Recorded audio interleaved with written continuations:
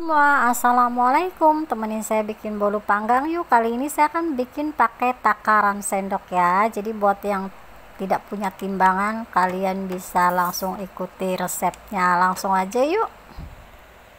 Pertama saya akan pecahkan 4 butir telur ya. Jadi telurnya itu nggak boleh dari kulkas, harus suhu ruang. Kemudian setelah itu saya tambahkan gula pasir 13 sendok makan. Setelah itu saya tambahkan SP setengah sendok teh. Mixer sampai kental berjejak ya teman-teman. Nah kalau misalkan udah kental putih berjejak seperti ini tandanya udah siap ya. Kemudian saya akan tambahkan pewarna kuning, jadi biar bolunya itu enggak terlalu pucat banget ya teman-teman. Kalau udah tercampur merata, saya akan tambahkan tepung terigunya. Ini 15 sendok makan ya teman-teman. Jadi kita ayak biar tidak ada tepung terigu yang bergerindil. Lalu setelah itu saya tambahkan 1 sendok tepung maizena ya, cukup 1 sendok aja.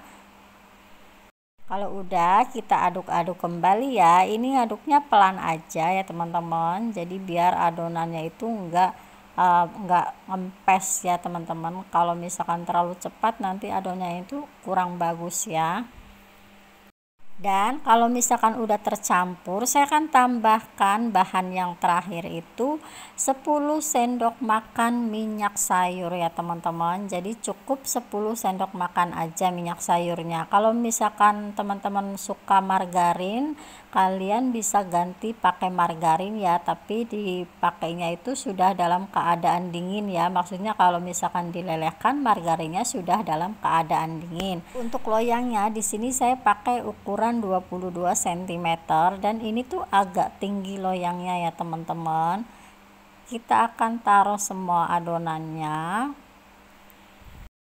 Setelah itu kita ratakan dan hentakkan agar tidak ada udara yang menghendap di dalam. Kemudian saya akan tambahkan parutan keju di atasnya ya. Jadi kalau misalkan teman-teman nggak suka bisa di skip ya. Panggang kurang lebih 30 menit ya teman-teman.